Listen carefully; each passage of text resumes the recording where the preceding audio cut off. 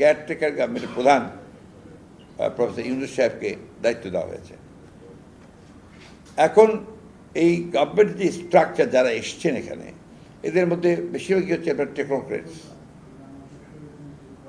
Bureaucrats, একাডেমিশিয়ানস, আছেন দুজন ছাত্রনেতা, আর কিছু এনজিওর কিছু কর্মকর্তা।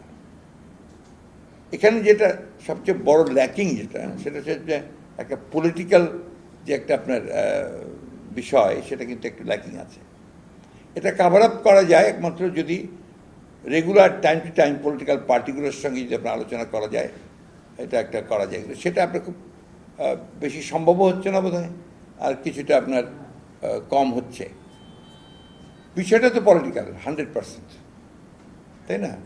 পরিবর্তনটা পলিটিক্যাল, এর দীর্ঘ আন্দোলনটা পলিটিক্যাল, এর state itself is a political entity, তাই না? তো এখন সেই ক্ষেত্রে ওই জায়গাটা যদি ল্যাকিং হয়, তাহলে আপনার নিঃসন্দেহে কিছু পলিটিক্যাল গ্যাপ থেকে যেতে পারে। আর আমাদের দেশে আপনার এই ধরনের পরিবর্তনের পরে যেটা হয়, আগে হয়েছে সব দেশেই হতে হয়, একটা আপনার গভর্নেন্সে একটা সমস্যা দেখা দেয়। আপনার বিভিন্ন যে স্টেক হোল্ডার্স আছে তাদের মধ্যে সমস্যা দেখা দেয়।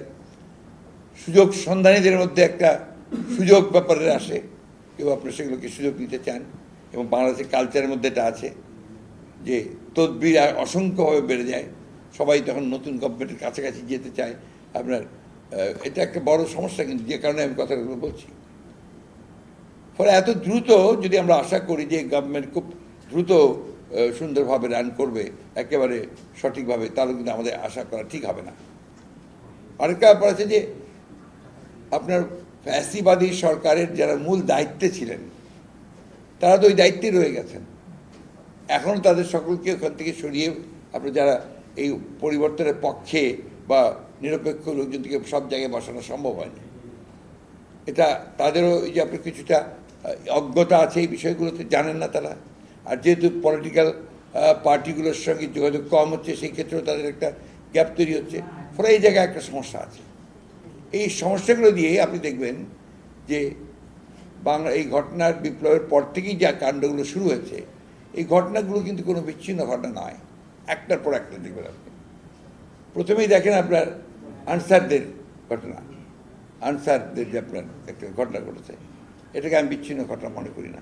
এটা একটা পরিকল্পিত ঘটনা, একটা ডিস্টেবিলাইজেশন করার, সরকারকে আপনার একেবারে বিপদগ্রস্ত করে ফেলার। এরপরে আপনি দেখেছেন বিভিন্ন আপনার অ্যাসোসিয়েশন, বিভিন্ন ট্রেডের লোকজনেরা তারা তার দাবি দাওয়া নিয়ে চেষ্টা করেছে একটা অস্থিরতা সৃষ্টি করতে।